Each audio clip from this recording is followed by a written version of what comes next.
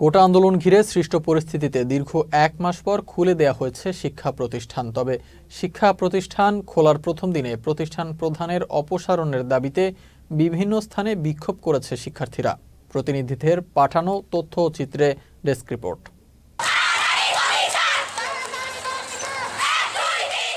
Comilla modern high স্কুলের প্রধান শিক্ষকের পদত্যাগের দাবিতে বিক্ষোভ মিছিল ও অবস্থান কর্মসূচি পালন করেছে বিদ্যালয়ের শিক্ষার্থীরা। নানান দুর্নীতির অভিযোগ এবং অভিভাবকদের সাথে অসৎ আচরণ করায় প্রধান শিক্ষক AKM আক্তার হোসেনের পদত্যাগের দাবি জানান শিক্ষার্থীরা।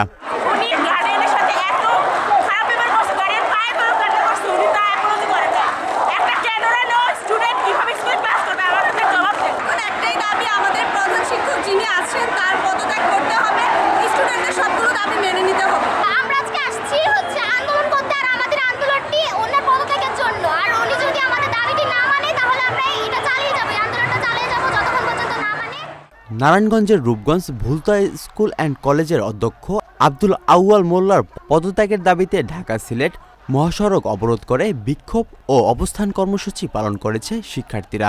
রোববার সকাল 10টা থেকে দুপুর 1:30 পর্যন্ত এই অবস্থান কর্মসূচি পালন করে তারা।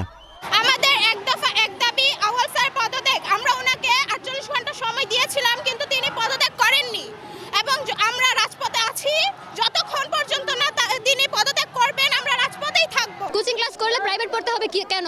আমরা তাও কোচিং ক্লাস করি, কিন্তু তাও আমাদের প্রাইভেট পড়তে হয়। আর আমাদের যে কোচিং এর 500 টাকা করে নেয়, এটা বাধ্যতামূলক। করলেও ক্লাস কোচিং করলেও টাকা নেয়, না করলেও টাকা নেয়। স্কুলে যে একটা ব্রিজ করা হয়েছে, এটার জন্য অনেক টাকা হাতায় নিছে আমাদের কাছ থেকে। এমনকি আমাদের শিক্ষা ঠিকমতো দেওয়া হচ্ছে না, আমাদের কোচিং ঠিক মতন করানো হচ্ছে না, টিচাররা ভালো না, টিচাররা ভালো মানের পড়াশোনা আমাদের দিচ্ছে না। এটা নাকি হাফ সরকারি স্কুল, তাহলে হাফ সরকারি স্কুলে এত টাকা বেতন কেন থাকবে? আমাদের 9-10 এর আপুদের 9-10 এর আপু ভাইয়াদের বেতন কোচিং এর বেতন থাকে 1000 টাকা করে। কেন? উনি শিক্ষা নিয়ে ব্যবসা করেছেন, উনি অনেক অনৈতিক কাজ করেছেন, যে কারণে আমাদের স্টুডেন্টরা, অভিভাবকরা, আমরা প্রাক্তন স্টুডেন্টরা অনেক ক্ষিপ্ত ওনার উপরে। এইখানে স্কুল কমিটির প্রত্যেকটা চাটুকারিটা এরা সবাই রাজনৈতিকভাবে এক একটা দলের সাথে অংশগ্রহণ করে এরা চাচ্ছে তাদের শক্ত অবস্থান তৈরি রাখতে। আমরা স্টুডেন্টরা সেটা হতে দিব না। পদত্যাগ করার প্রশ্নই আসে না, কারণ আমি তো স্কুলের উন্নয়ন এই পর্যন্ত সব আমার হাত দিয়ে হয়েছি।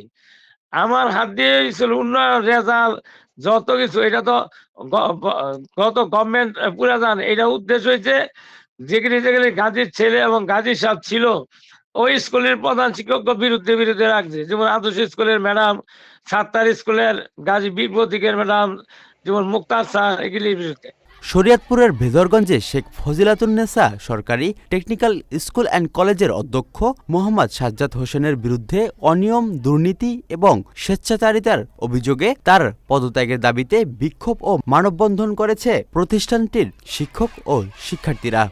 সে নিজেই বলছে মুখে 3 দিনের ভিতর যদি সে পূরণ করতে না পারে তাহলে সে পদত্যাগ করে চলে যাবে, কিন্তু সে পদত্যাগ করেনি। সে উল্টা আরো আমাদের উপরে ক্ষেপে আসছে। আমরা 3 দিন সময় দিয়েছিলাম তার থেকে, সে 3 দিন সময় কিছু করতে পারেনি, সে আরো বাজে কথা বলতেছে। যদি আমাদের দাবি না মানে আমরা ছাপাবো না, আমরা ক্লাসে যাবো না। এক দফা দাবি যতদিন পর্যন্ত পূরণ না করবে আমরা ততদিন পর্যন্ত এই আন্দোলন চালিয়ে যাব। আমাদের কোনো দাবি পূরণ করে নাই, তাই আমরা এখন এক দফা দাবি জানাইতেছি। আমরা ওনার পদত্যাগ চাই।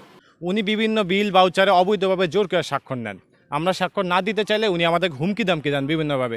আপনার প্রমোশন আটকে দিব, আপনার এসিআরে মার্ক কম দিব। সর্বোপরি এখন প্রতিষ্ঠান কার্যত দেখা যাচ্ছে শিক্ষার পরিবেশ নাই এবং একরকমের অচল হয়ে পড়েছে বর্তমানে। এই প্রেক্ষিতে আসলে কর্তৃপক্ষের দৃষ্টি আকর্ষণ করব যে যথাযথ ব্যবস্থা গ্রহণ করতে। আমাদের দাবি হচ্ছে এখন এই যে অনিয়ম দুর্নীতি চলছে, এই অনিয়ম দুর্নীতি বন্ধ করতে হবে, এখানে শিক্ষার পরিবেশ ফিরিয়ে আনতে হবে, ছাত্রদের দাবি মানতে হবে।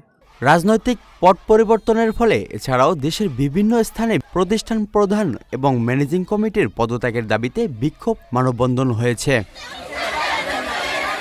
Channel S news desk.